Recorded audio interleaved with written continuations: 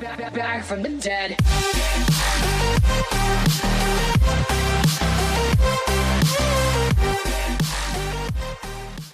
Ladies and gentlemen, my name is Mickey C and welcome to another League of Legends video. And in today's video I'm going to be bringing you a one-trick pony Rengar guide with a 75% win rate. I know a lot of people have been asking for a Rengar guide and I finally found a good one to do it on. This guy predominantly plays Rengar in the top lane, so this is going to be a top lane focused guide. As I said, he's got 75% win rate and he's played 144 games this season on Rengar, currently Diamond 2 on 23 LP, and overall he's got a 65% win rate. He has two builds. He has a tanky / bruiser type Rengar top build and then the standard one-shot Rengar build.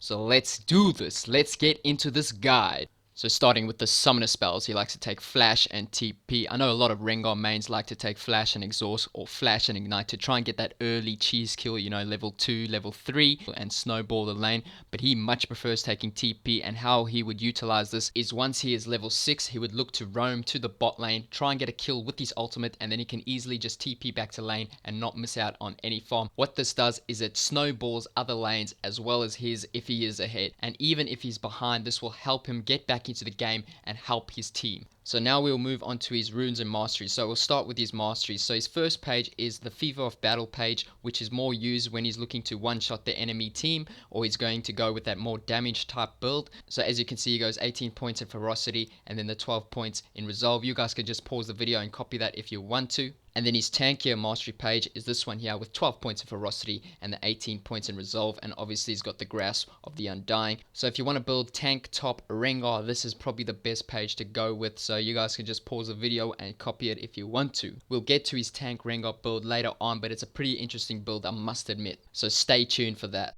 And now quickly onto his runes. So this is the page he mostly takes. So he's got 9 armor penetration reds, 9 flat armor yellows, 9 flat cooldown reduction blues, the 1 cooldown reduction quints, and then the 2 armor penetration quints.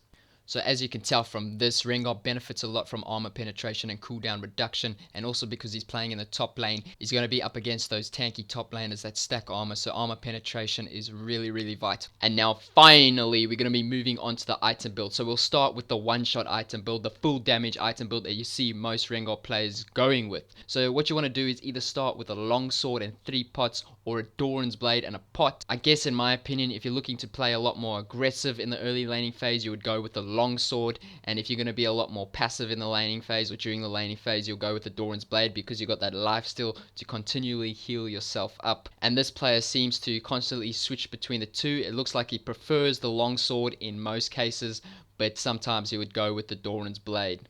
So now moving on to the core items, what you want to do is build a Warhammer, which then builds into a Ghostblade. Get your Boots of Lucidity for the cooldown reduction, a Tiamat, and then Stattik Shiv. So as you can tell from these items, they provide a lot of burst damage with Ghostblades active, Tiamat's active, and then Stattik Shiv. There's a lot of burst damage there, and that's obviously your goal with the one-shot Rengar, is one-shot the enemy AD carry. So you can see why these are the core items, and they're pretty essential on one-shot Rengar. So here is an example of a standard final build. So he's got Youmuus Ghostblade, Ravenous Hydra, Boots of Lucidity, Stattik Shiv, Infinity Edge, and Phantom Dancer. Obviously this has got a lot of critical strike, it's 80% to be exact, and this build along with these runes would have 30% CDR, which is not too bad. You don't really want to go under 30% CDR on Rengar in my opinion. So some other items that he would go with are these. So you got Titanic Hydra over the Ravenous Hydra. So if you don't really need the lifesteal, or you don't think so, you can go with the Titanic Hydra, which in my opinion is a much better late game item. Against a lot of magic damage and CC, you can go with the Maw of Malmortius or Banshee's Veil. You can obviously also go with both of them if you don't want to get bursted down from those sort of champions. And then Essence Reaver, if you really want to cap out your CDR, you can go with an Essence Reaver over something like an Infinity Edge. And you can also do the same thing with Black Cleaver. You can go with the Black Cleaver instead of Infinity Edge. And also if you think you're going to be fighting a lot of tankier champions, a Black Cleaver is also another good option. And then obviously your Elixir of Wrath is the best elixir. So that is the one-shot build, but now we're going to move on to the tanky build, and this build is very, very interesting. I haven't seen any other Rengar players go with this type of build before, so let's get right into it. It's a very strange build, I must admit, but the starting items, they're going to be exactly the same as before, as the one-shot build. Okay, now we're going to talk about the core items. So same as before, on his first back, he would look to get the Warhammer, and then he would either get a Sunfire Cape or Banshee's Veil, depending on the matchup he's up against. So obviously, if he's up against AD, he would go with the Sunfire Cape, and if he's up against AP, he would go with the Banshee's Veil. And once he gets one of those items, he would then complete his Boots of Lucidity and Ghostblade. And then after that, he would then get the other items. So if he went with the Sunfire Cape first, he would then get the Banshee's Veil, or if he went with the Banshee's Veil first, he would then get the Sunfire Cape. Obviously, if he went with the Sunfire Cape and he's up against an all AD team, he doesn't really need the Banshee's Veil. He can continue to build full armor items. And then finally, he would look to get the Guardian Angel. Now, Guardian Angel is a pretty cheap item right now. It's a really strong item, so that's probably the main reason why he goes with Guardian Angel. So here is an example of a final build that you'll often see him end up with. So Boots of Lucidity, Sunfire Cape, Ghostblade, Banshee's Veil, Guardian Angel, and then a Randuin's Omen.